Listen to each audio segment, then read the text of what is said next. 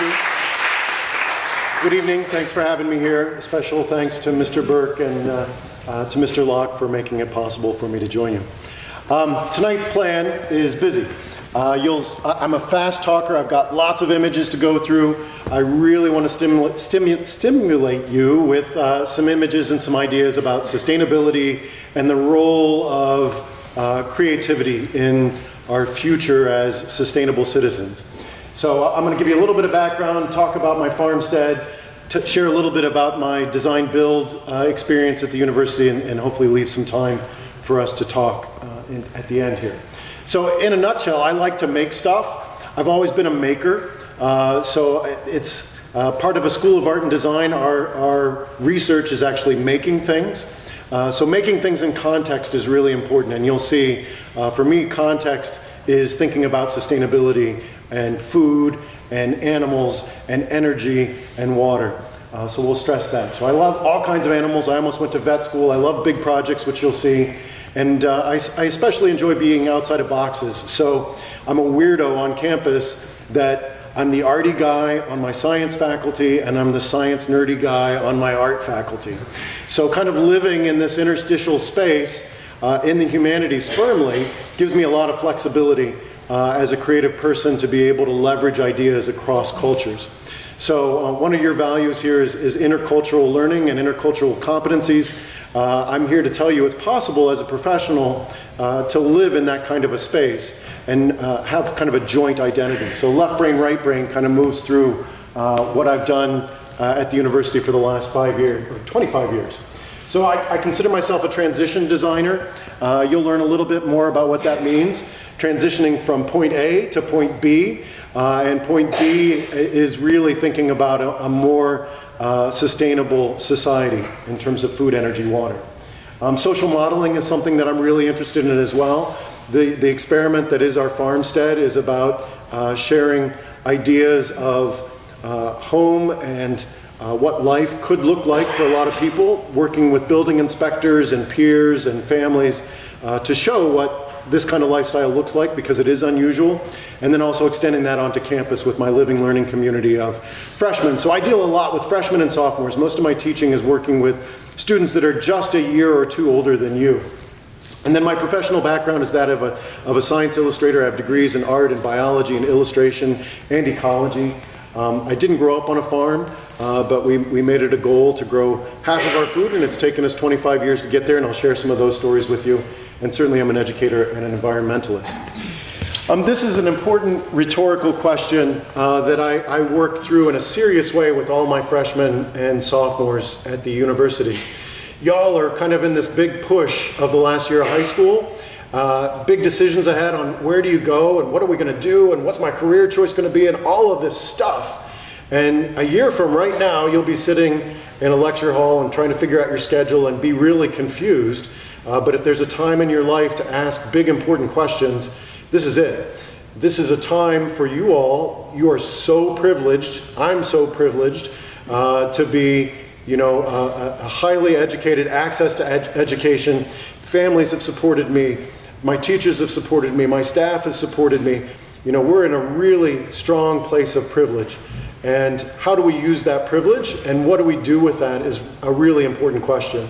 So, that's not rhetorical. If I asked you, hey, show of hands, who wants the world to be a better place? I would hope everybody raises their hand. But how we take that on in a very proactive way is important. And, it's not silly to kind of keep that in your forefront of your mind as you're making choices about what you're doing. And this isn't, I know that not everyone is going to move into careers in sustainability, research, or action, but sustainability is something that cuts across all forms of food, energy, water, how we live our lives day to day. And small actions can lead to bigger actions, and how we can become more activist in what we do changes cultures. You could potentially change the culture of your school here, change the culture of your family, change the culture of your potential university. So practice of paying attention, being aware of what's going on. And one of the things when I was meeting with classes today, asking simple questions, and I do this with my students too, things like, hey, we went through the lunch line together. Where did all that food come from? Do we have a way to judge, is that food good, bad, indifferent? How do I make good choices? How do I make bad choices? If there are good choices, and there are, how do I activate those and share that knowledge with others? Can we change the structure, the infrastructure of an institution to benefit those who aren't paying as close of attention? And then it moves into more abstract concepts like, hey, where did all this electricity come from that's powering these lights? I expect to have power when I plug in my computer and my phone and everything else, but where's that coming from? And it's someplace far away, probably. I don't know where you guys get your power. In Michigan, most of our power comes from coal-fired infrastructure. Most of those plants are in areas that poor black folk are living in. So issues of social justice and environmental justice cut across our lives without us even thinking about it. So can we do better? You know, is there such a thing as good electricity and bad electricity? Well, of course there is.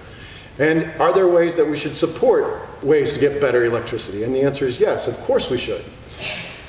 So these kinds of relationships take time. I mean, I've been thinking about this stuff for 30 years. And food is an entry point for all of us because we eat every day. And it's easy for us to start to think about health, human health, our own personal health, and then we can extend that into environmental health, the health of the animals, the health of the soil, the health of the water, the health of the farmer, and those broader communities. So those kinds of relationships deserve some attention, and we're, again, at that point of privilege where we can do that. So critical questions in action, and these can be personal choices of like, I need to do something, and or we're at a place where you guys can come together and work in making action. So there's a big difference. I mean, I come from a maker culture, and I encourage everyone, even if you're not, you know, a traditional creative maker, like you're a sculptor or a painter, we all make stuff, and to value those acts of creativity, of being able to be a maker.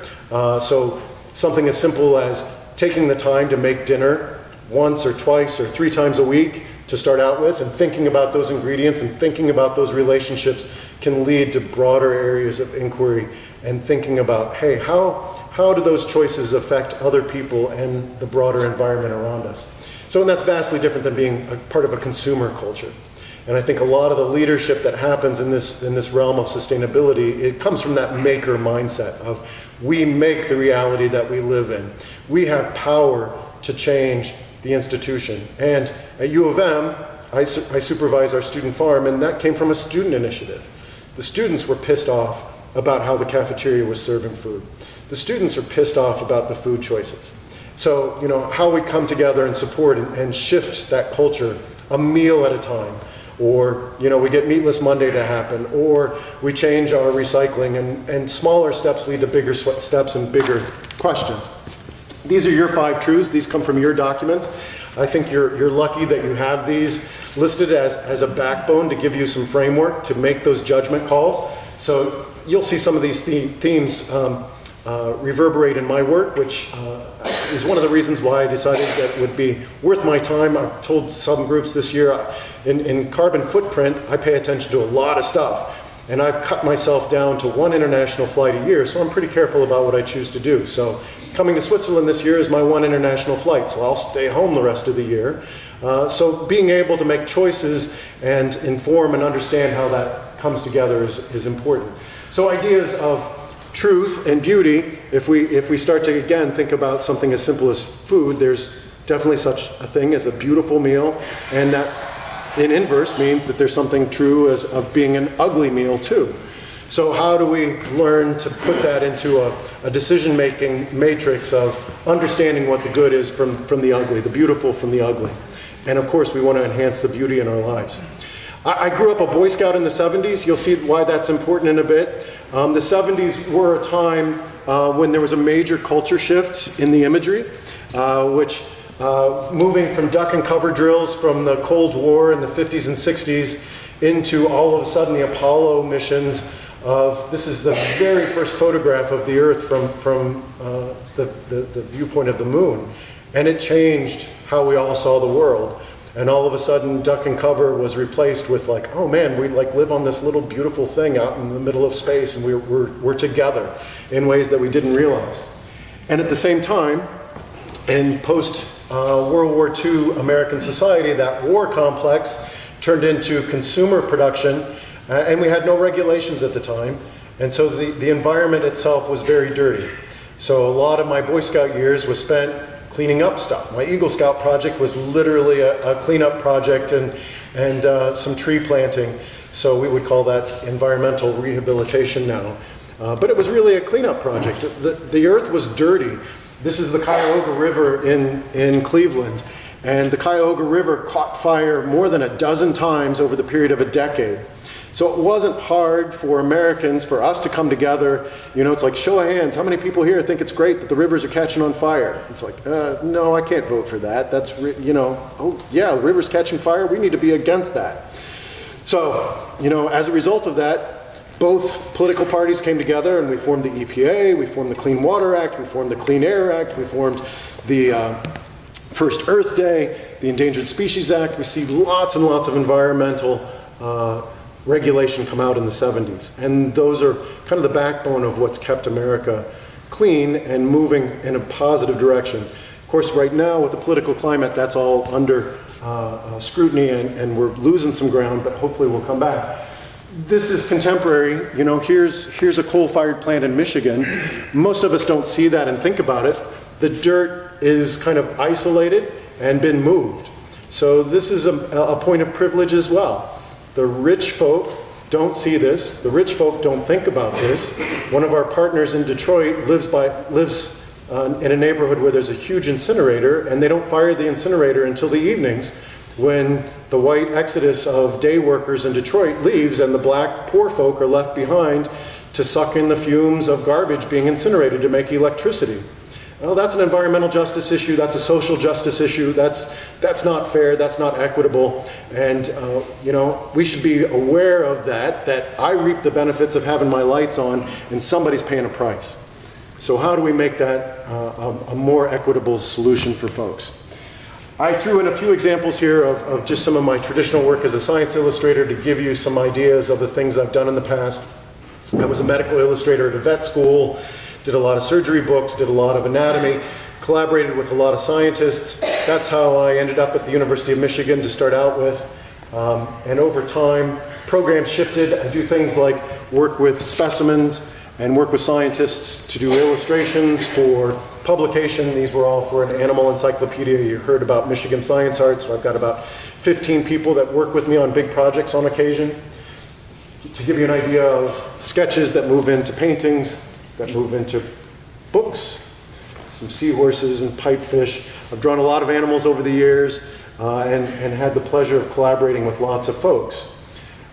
As my career shifted at Michigan, I was given opportunities to fill a space that I saw as a void. Michigan is an R1, it's a research-focused institution.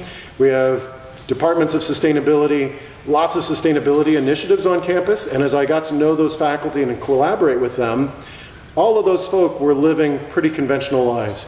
And at the time I was living on our farm and saw a real opportunity to set a personal bar that I had been thinking about, but also set a bar for the institution about, hey, what can a personal sustainability-focused lifestyle look like? So there are powers to being creative that gives me those kinds of options to do this kind of thing. I threw in a couple of examples here of how environmentalism and creativity intersect. As you probably know, the US is the first country in the world to have established a national park system. And the basis of the recommendation of the national park was an expedition that included scientists, but it also included artists and early photographers. So Thomas Moran and William Jackson sent back these paintings and photographs to Congress and said, hey, Yellowstone's a pretty cool place. It wasn't filled with animals, it was filled with all these geological features. And the president and Congress said, yeah, that looks really cool, we should preserve that. And you know, off of those shoulders, we start to see the park system be founded. So the idea of creatives being associated with the environment goes back a long ways. You know, even recently, protesting the Trump administration, Greenpeace, who has a strong creative bent of how they figure out how to get things done, you know, they're pretty well credited with saving numerous species of whales and leading the charge on anti-whaling movements in the late 70s after Earth Day was founded. Anyone recognize this woman? Anybody know her? Yeah, it's Julia Butterfly Hill. So here's somebody who, you know, has proven her dedication. If you don't know her story, she spent 738 days up inside of a redwood tree in California. This forest was set to be logged, and she took it upon herself personally to prevent that forest from being lost, because once you cut down a tree that's 500-600 years old, it's gone forever. So the idea of the personal creative dedication of committing yourself for 738 days is really impressive. So isolated acts of creativity certainly have a role in environmentalism. Hopefully you've seen this photograph before. It's a Pulitzer Prize winning photograph, and it's often credited. The public sentiment for the Vietnam War in the States shifted with the publication of this single photograph. The country was still divided about, should we stay in Vietnam, should we get out of Vietnam, until this photograph was published. So being able to share a visual story, being a visual thinker, can change how people perceive, for the better and for worse. Here's another Pulitzer Prize winning photograph in Sudan during the famine in 1994. And unfortunately, this kind of photograph, I mean, it illustrated a tragic event, but it reinforced a lot of negative stereotypes about Sub-Saharan Africa. And still, we see people, this is a common idea of what culture is like in Sub-Sahara, which is unfortunate and untrue. Here's one of my students dancing with some Samburu in Kenya, and learning and understanding and living with families across these kinds of cultures. You understand that they aren't dumb, poor, starving black folk.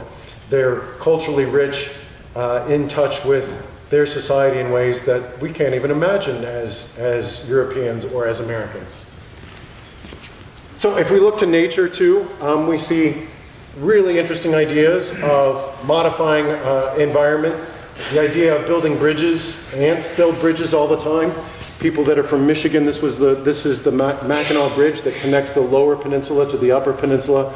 It's was the longest suspension bridge in the world for a long time. It's a 5-mile long suspension bridge. And we can see, yeah, humans have modified our environment, and in places we look at that and go, wow, that's really beautiful, and that enhances that landscape, and we see the power of humanity in a positive way. And you know, there again, we look at that and go, wow, that's really stunning, and how that comes together.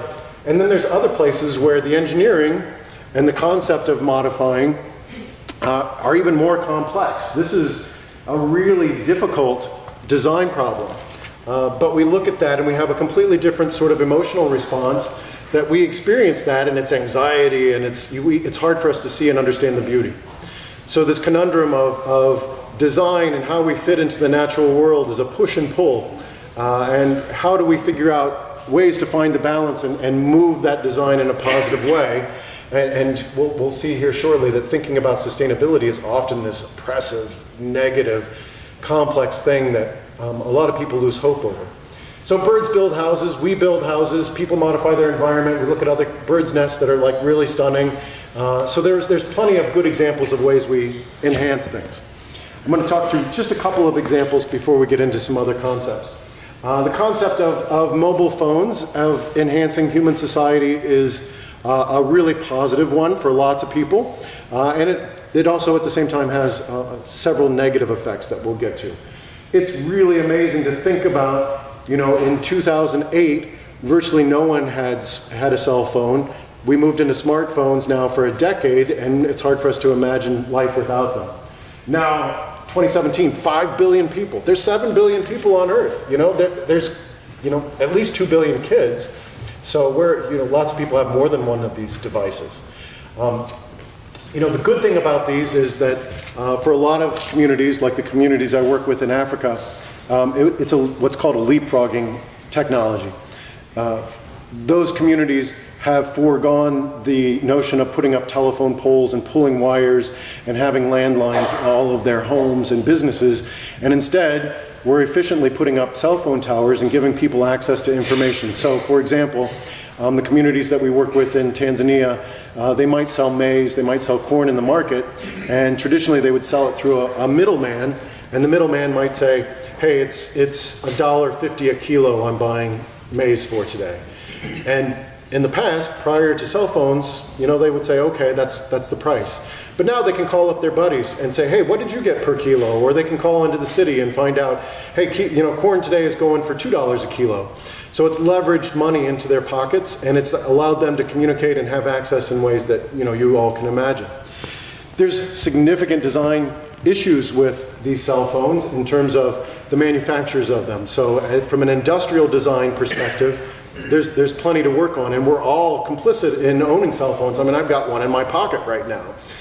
It's changing the way we talk to each other and interact with each other. One of my big concerns for my creative students is that no one has boredom time anymore. And for creative folk and problem solvers of all kind, having some downtime with your brain and being bored, you get a lot of good thinking done then. And now no one's bored. You've got Instagram and Snapchat, and I've got Candy Crush, and we've got to figure it all out. And I see kids on my buses at school all the time. Nobody's bored.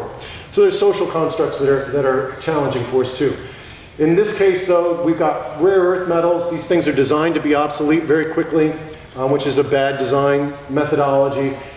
This number continues to go down. Most people are owning their cell phones for less than a year now, and they're not very recyclable. They're not designed to be easily recyclable, so they end up as e-waste, and that ends up being, again, an environmental justice concept of a lot of this e-waste goes to China and the Philippines and Bangladesh, where people are taking hammers and breaking these things apart and burning the plastic away and getting lung cancer and cataract problems because they're trying to extract the gold and the mercury and the heavy metals out of them. That's a design problem. Designers can fix that. This is a photograph by an artist named Chris Jordan who goes around to recycling centers, and he publishes these photos about that size. And it's hard for us as humans, as a scale of like, hey, I've got a phone in my pocket. We could take all your phones and make a pile here, and it'd be kind of an impressive pile. But man, what does 5 billion cell phones look like? That's a hell of a lot of phones. That's a lot of material. That's a lot of lithium batteries. That's a lot of stuff that is mostly destined for the landfill. So that's a design problem. People can work on this and start to tease that apart. But there's other unintended consequences that you probably aren't aware of. This is an interesting connection that I first learned about actually by going to the National Zoo in Washington, D.C. and saw in the gorilla display, hey, make sure you recycle your cell phone. Anybody familiar with this story? I know I told it to one of the classes today. So what happens here is the capacitors in all of our electronics has a rare earth element in it called coltan, and coltan mines, virtually 90-some% of them, of the world coltan comes out of the Democratic Republic of Congo. And in the DRC, there's a tradition of eating bushmeat, and in these mining areas is where the gorillas occur. So the miners are hungry, they want to eat meat because they like to have meat in their diet. So we've seen huge crashes in the gorilla population around these coltan mines, as well as unscrupulous mining companies that are using child labor and young militant youth in and around these mines. So this is an unintended consequence of this technology that we might think enhances our lives, but it has this hidden secret to it. So once again, we pay attention to how these things are built and designed and used. They have a broader reach than perhaps we first understood. And that's just one example of how sustainability reaches out in ways that could be unexpected. So thinking about how loops get closed is an important design concept. This idea of remote tyranny, of the global north, the people of privilege that you and I are, consuming in the ways that we do and using the kinds of goods that we do, have some negative effects in communities far away. So as climate change is melting ice around the planet, our low-lying areas are going to be flooded, clearly, in your lifetime. And places like Bangladesh, there's going to be upwards of 100 million climate refugees that'll be moving into India. So, how do we prepare for that is a fair question. How do we mitigate this to minimize some of that impact? And how do we, as Global North, become more responsible for that fossil fuel footprint? We've seen concepts like this start to end up in design communities across the Global North. This was a Cooper Hewitt exhibition that went on. A lot of this work is malinformed, You know, this was their cover image of a woman. This is a device called a LifeStraw that has a built-in filter. And you know, a lot of American designers and European designers pat themselves on the backs and say, wow, look, you know, we really came up with a solution. But we lose the context of like, oh man, poverty sucks. And you know, why is this woman standing in a cesspool of water is a more important question than like, can we sell her a device for 10 bucks that filters this stuff? Yeah, it's cool that she's getting cleaner water, but how do we work on the broader equity issues? One of the more interesting design programs that I've seen in the past few years is something that came out of India that was called Design for the First World, where some designers from the global south said, hey, screw you, you know, North America. We're living with some of your bad decisions and your lifestyles. Let us make some choices for you. So a lot of things came out of this design project, like, hey, make everybody set up infrastructure that everyone has to get rid of their cars, and close down airports so that no one has air travel anymore.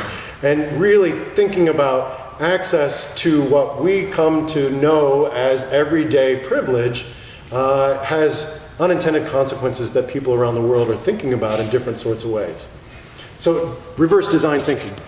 This is another one that comes out of MIT, one laptop per child. This is, again, some first world designers thinking about how could I live life without a laptop, and can we design a laptop that's 100 bucks and we can get donors to give out millions of laptops to kids in the global south and, you know, launch them out of poverty. And that would be really cool, and that would be a really extraordinary leapfrogging event to happen.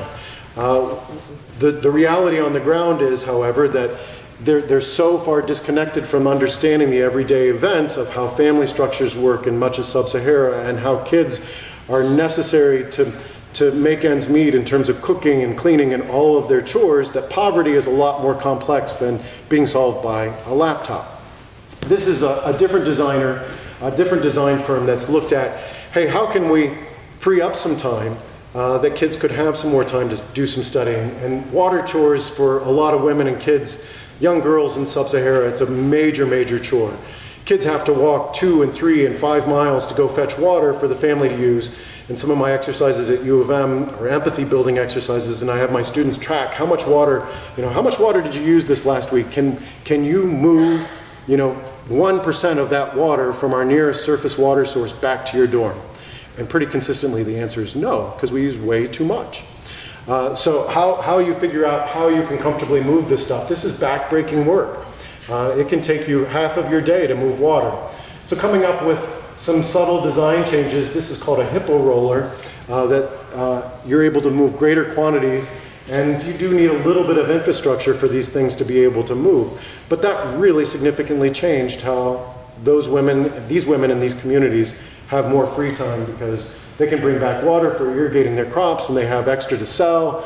And understanding and empathizing with the community and understanding their routines leads to that kind of informed design work. Okay, let's get to some big picture stuff here, and I'm going to have to pick up some pace here. This is the ominous, big, looming picture of climate change. This is an image that actually comes out of one of my colleagues' work of modeling, and what does the planet look like with lots of extra CO2 in the atmosphere.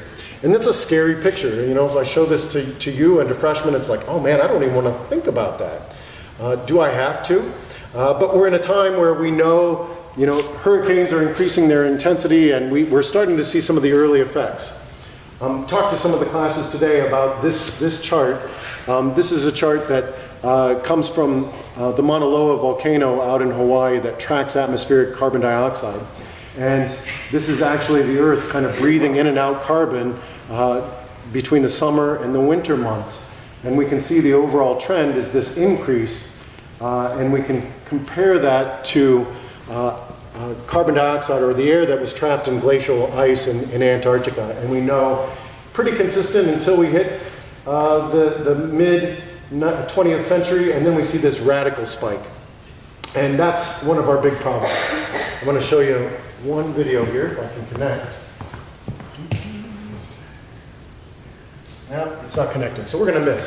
It's a NASA visualization that shows the carbon moving across the sky, and they use red, and it's a really horrifying video because you see all of those carbon emissions during the global north's winter.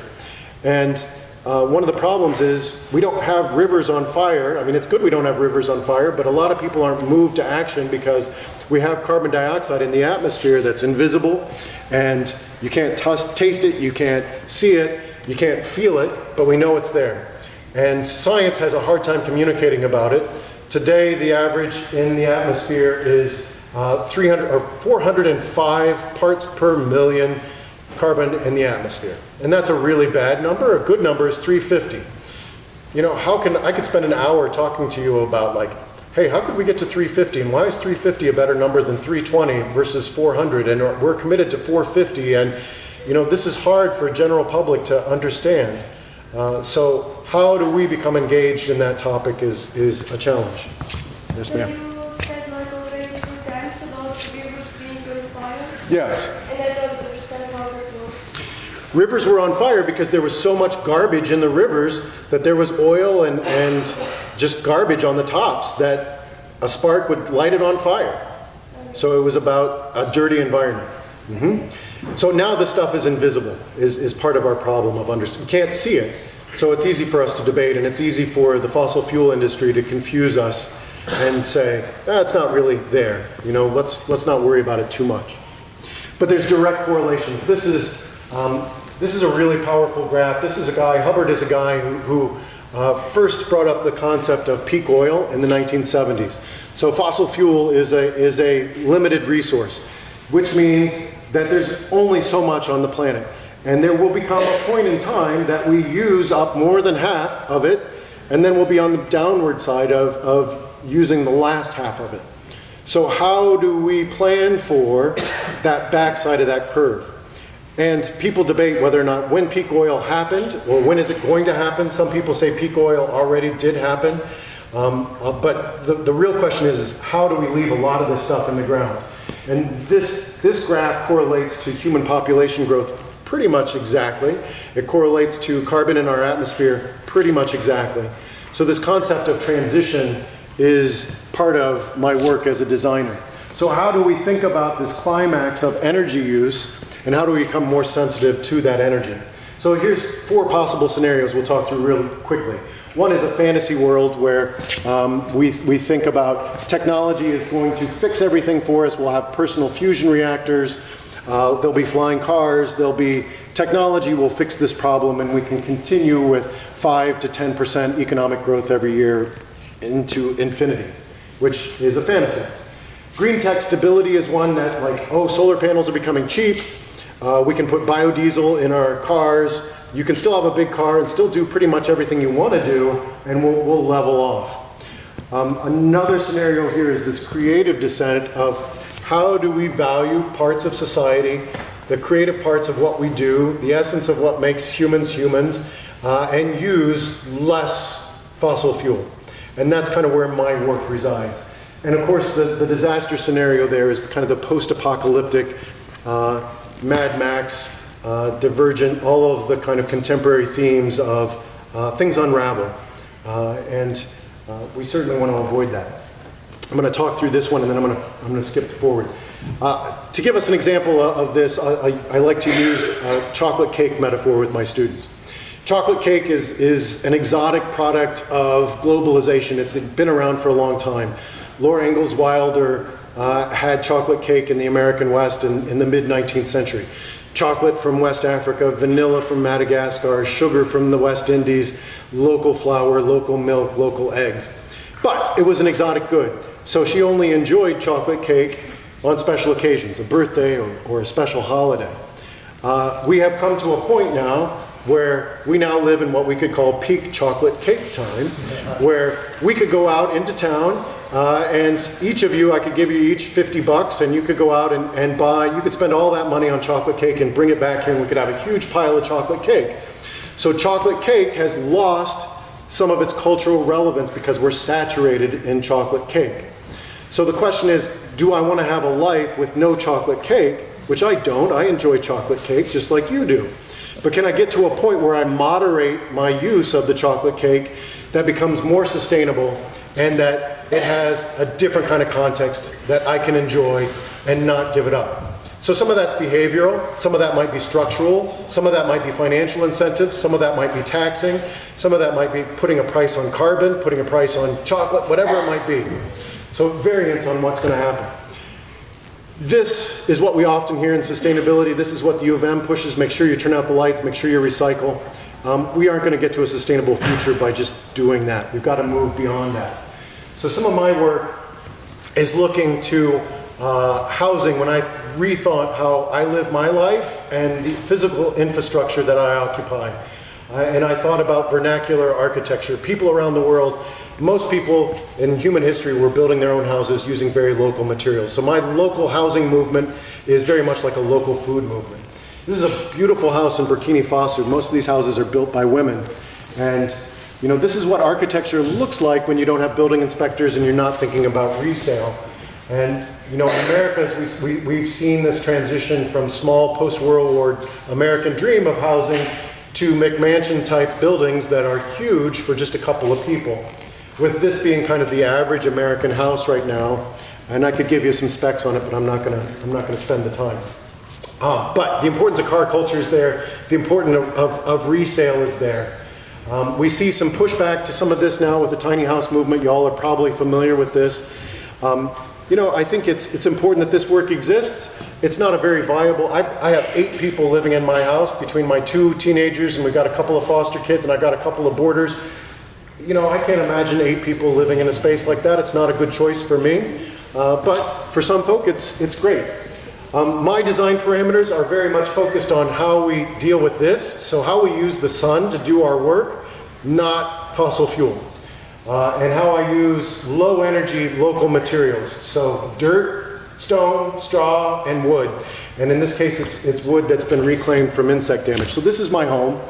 I spent about 7 years designing the place, about 5 years building the place. It's all built with natural material. It's super insulated. We haven't burned any fossil fuel in the past 8 years at the place.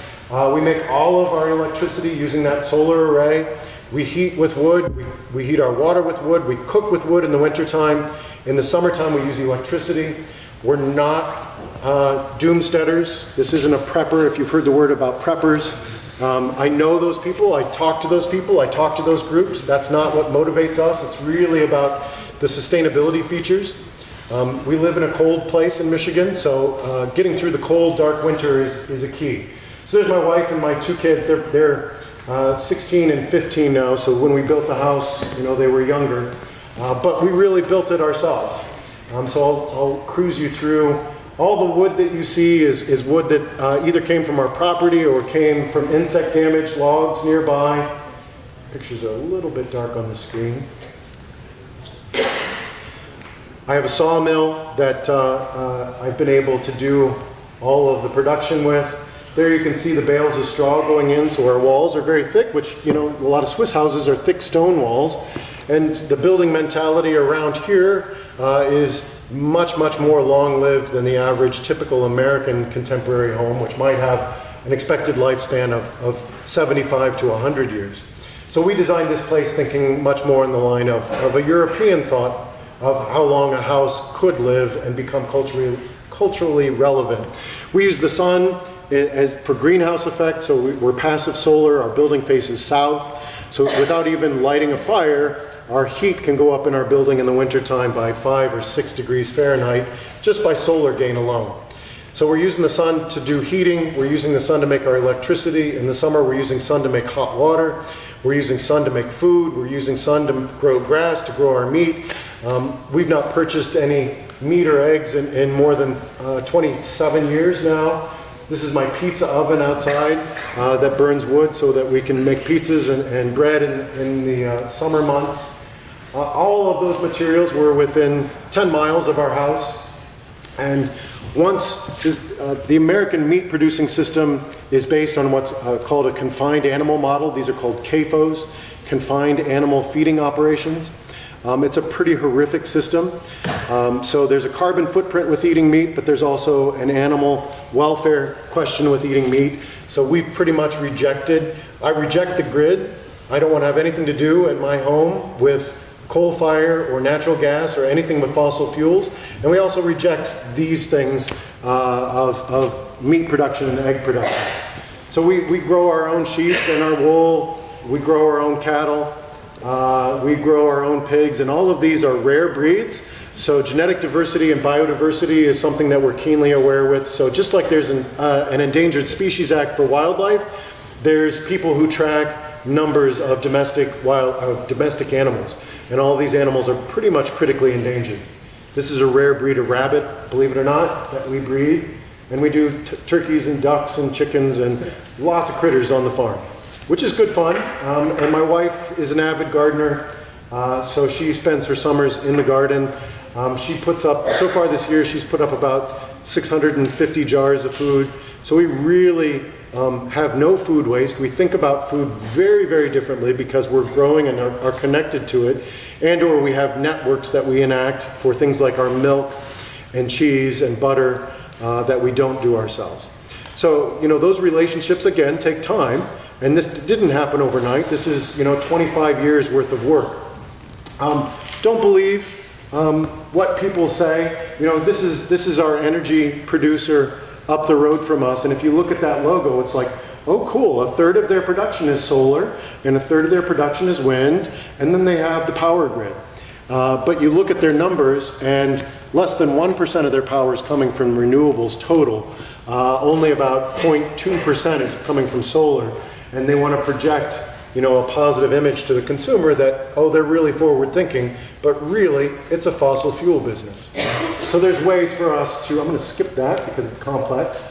This is how we get our electricity. This is like a giant sunflower. It follows the sun during the day. So through some clever design work, I'm able to do a lot of work, but we behaviorally adapt. So we do have a limited resource. Once my batteries are full, we store our power in golf cart batteries to get through the nights and the cloudy days.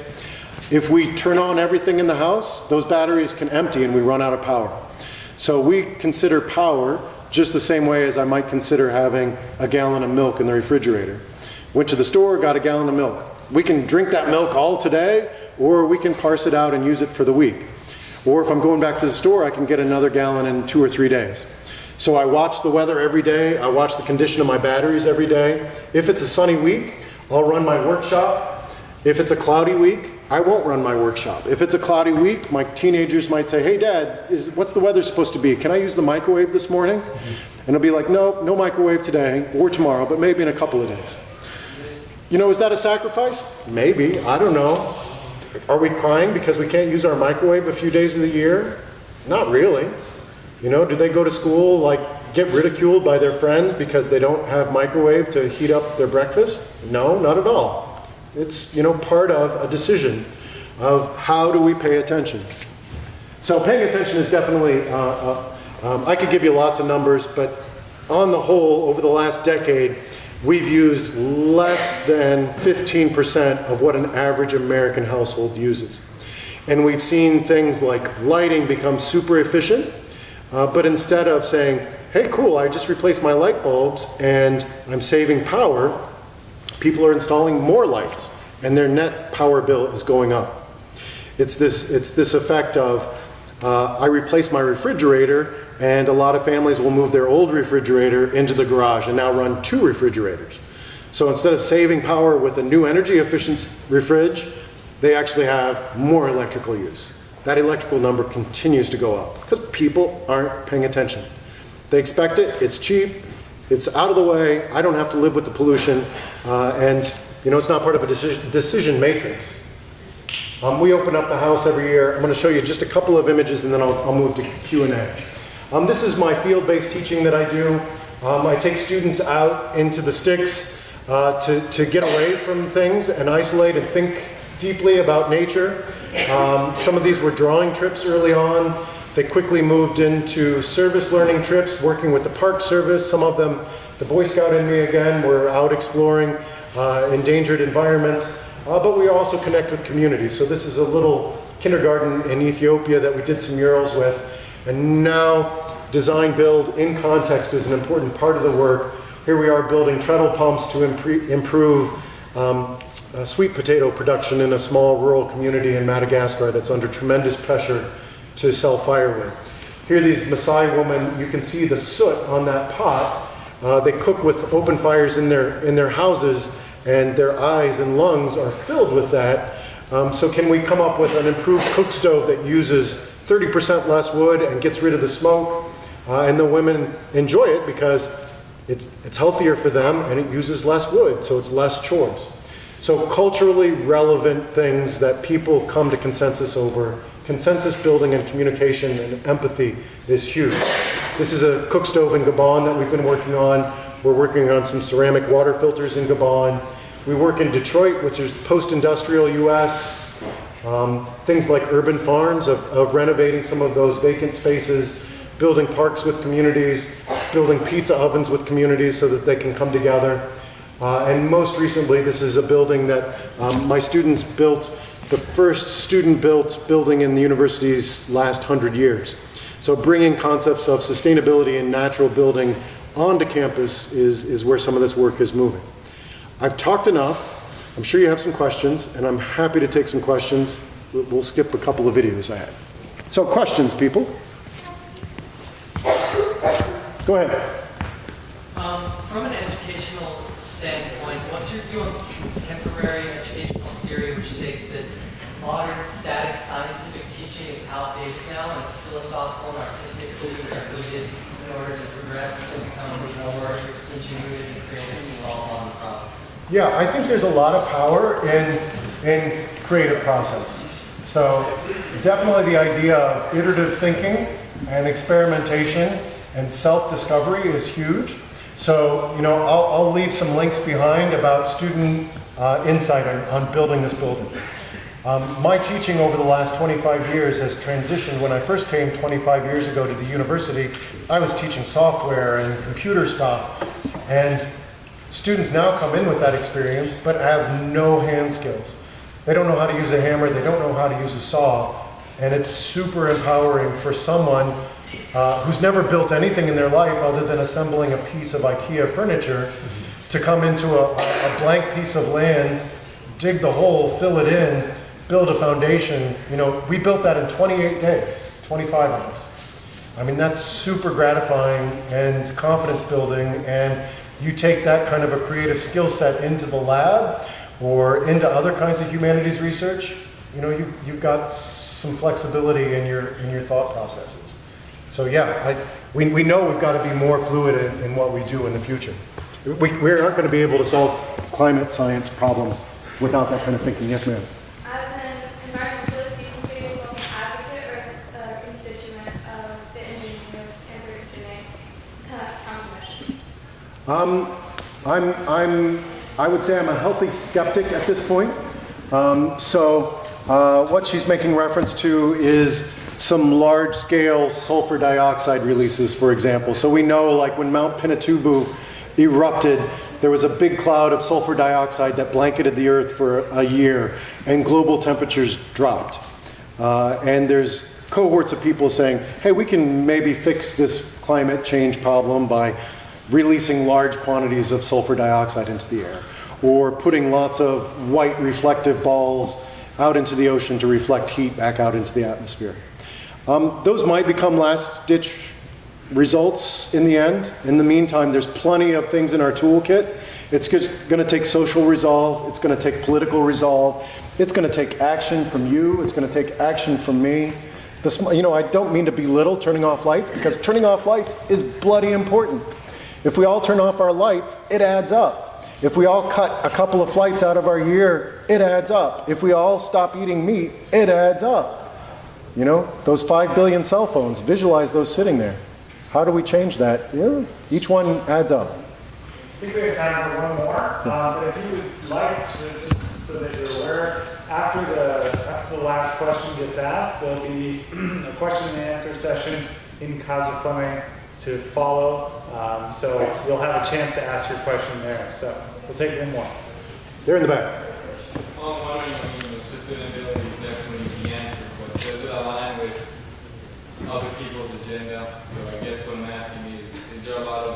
opposition to this? You know, obviously from big firms and people that maybe want to do otherwise. Can you clarify what you mean by What this? I'm trying to say is that is there people that oppose this? Like how strong is the opposition in the world? To positive action towards ending climate change, you mean? Oh, there's huge opposition because people are getting wealthy off of it. You know, the fossil fuel industry has a lot to lose. And there's hundreds and thousands of lobbyists in play in Washington, D.C. and across states across the country that don't want to see us move into a carbon-free future. So, you know, it's gonna take a lot of resolve and ingenuity and action from your generation all the way through if we're gonna make changes on this. And it has to happen pretty quickly. We've got a small window here of that difference between 350 parts per billion to 450 parts per billion.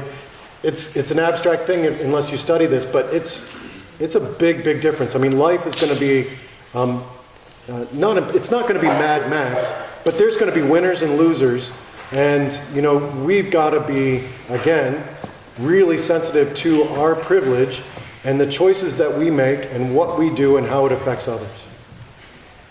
All right, if you do have